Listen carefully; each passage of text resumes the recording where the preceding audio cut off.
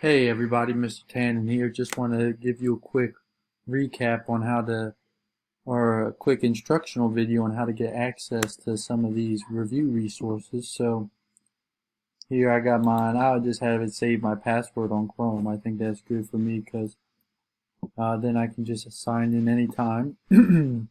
So one thing I want to point out is this. I know yours looks different because you're a student.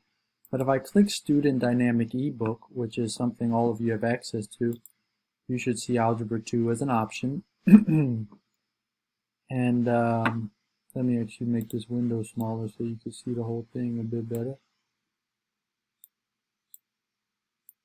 Slide it over. Okay, there we go.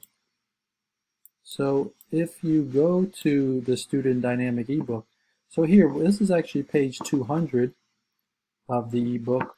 You can actually click up here and type in pages to jump around. But what's really nice is, for instance, we were working on some of these writing a polynomial function today. If you click the little tutorial video, you can watch Write the a polynomial tutorial. function f is 1 And I'll walk you x through it. n. You are Also on these, you can increase the playback speed if you prefer.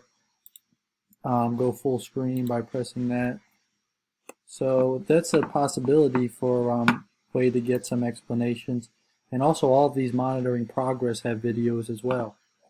And if we go to 230, that's really what I would recommend doing the practice test here. There's no videos attached there, but you could sort of see what content it comes from perhaps, and go back and look at the examples, look at some of the monitoring progress and watch those videos if you need any help on those. So hope that helps, and hopefully those videos will be a resource in case anybody wants to use it. Again, this is the Student Dynamic ebook. Much love, everybody. Have a good one.